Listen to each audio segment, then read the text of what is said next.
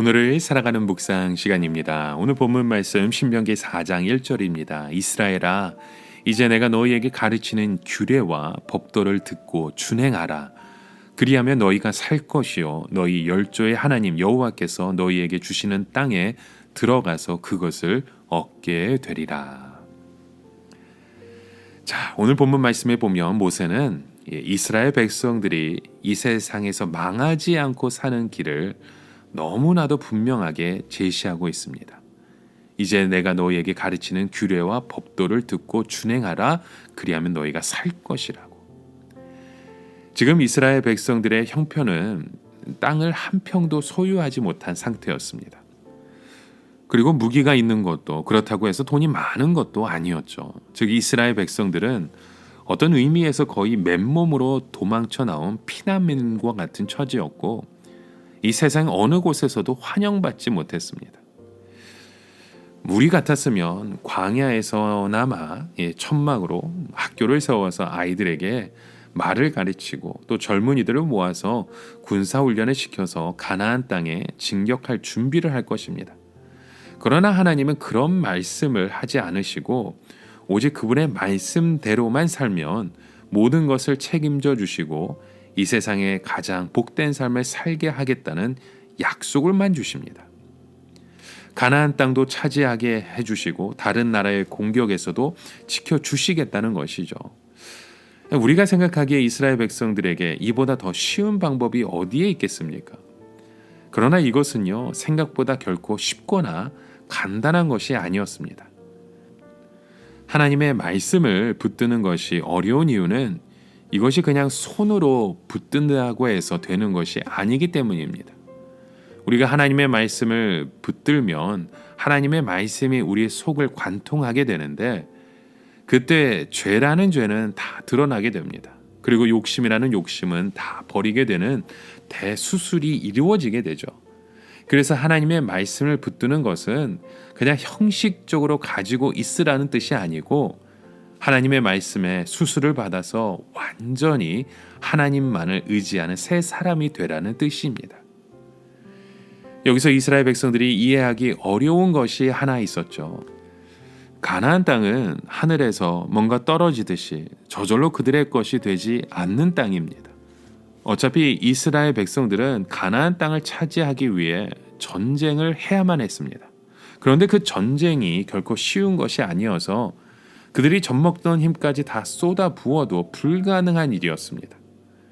그런데 하나님께서는 현실적인 모든 훈련이나 준비를 도외시하고 오직 말씀만 지키라고 하시는데 이것은 사실 이스라엘 백성들이 쉽게 받아들일 수 없는 것이었죠. 하지만 이스라엘 백성들에게 하나님의 말씀을 듣고 준행하라는 것이 현실적인 준비를 전혀 하지 말라는 뜻도 아니었습니다. 우리가 어차피 이 세상에 살려고 하면 이 세상 사람들이 요구하는 조건을 갖추어야 합니다. 만약 이런 것들을 하나도 하지 않고 기도만 하고 성경만 본다고 해서 저절로 되는 것은 아닙니다.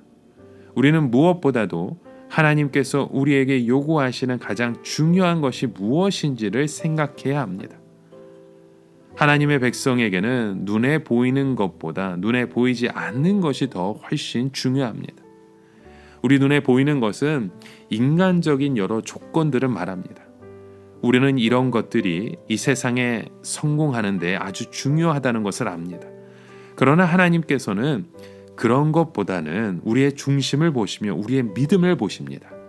하나님께서는 우리의 중심이 하나님 앞에 정직하며 하나님을 절대적으로 의지할 때 이 세상의 것들을 더해 주시는 분이십니다.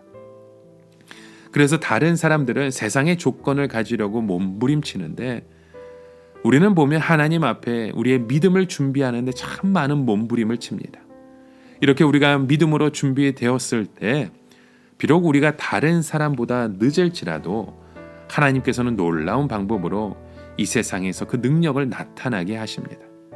즉 세상에서 사람의 능력은 어떻게 하면 이 세상에 있는 것들을 많이 모을 수 있느냐 하는 데 달려 있습니다.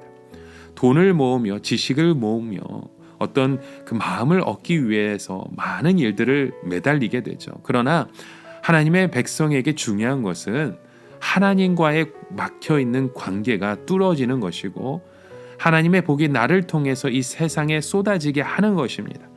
그러면 이 세상에 있는 복들도 진정으로 가치 있는 복으로 변하게 됩니다. 그래서 우리는 그 두 가지 모두를 다 해야 합니다.